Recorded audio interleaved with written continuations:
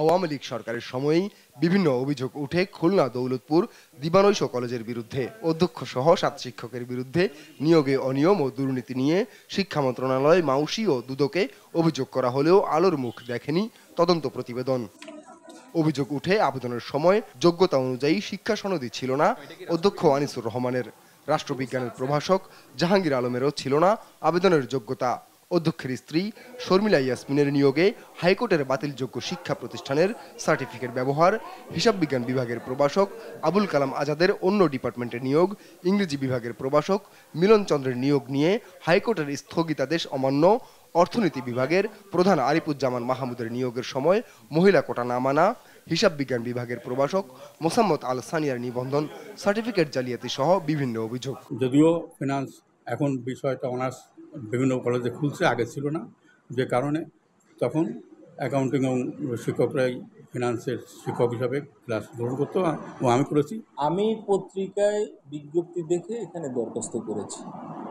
মহিলা কোটা কতটুকু লাগে কি লাগে না এই বিষয়ে আমার কোনো ধারণা ছিল না, আমি জানি না। তৎকালীন যে নিয়ম, সেই নিয়ম অনুযায়ী মহিলা কোটা কোথাও ব্যত্যয় ঘটে নাই। ধানমন্ডি শাখা থেকে আমি দারুল ইহসান ইউনিভার্সিটির একটা কোর্স কমপ্লিট করি। সেটা করার পরে এখানে আমি নিয়োগপ্রাপ্তই হই। তারপরে আমি 2013 সালে এসে আমি জানতে পারি যে দারুল ইহসান ইউনিভার্সিটির সার্টিফিকেটগুলি বাতিল হয়েছে বা হচ্ছে। তবে এসব অভিযোগ অস্বীকার করে নিজেদের পক্ষে সাফাই গাইছেন অভিযুক্তরা। প্রথম কথা, আমি প্রিন্সিপাল ছিলাম না, আমি তখন এই কলেজে এখন জুনিয়র টিচার। নিয়োগের বিষয়টা আমার জানা নেই। বিষয়টা হচ্ছে যে ওর নিয়োগের পরে যখন এটা দারুল ইহসানের সনদে যখন চাকরি বাতিল হলো, তখন সরকার একটা প্রজ্ঞাপন দিল যে যারা এই দারুল ইহসানের সনদে চাকরি নিয়েছে তারা আগামী 3 শিক্ষাবর্ষের মধ্যে জাতীয় বিশ্ববিদ্যালয় থেকে সনদ অর্জন করতে হবে। অধ্যক্ষ আনিসুর রহমানও নিজেদের বিরুদ্ধে অভিযোগ অস্বীকার করে দাবি করছেন সঠিক তদন্তের।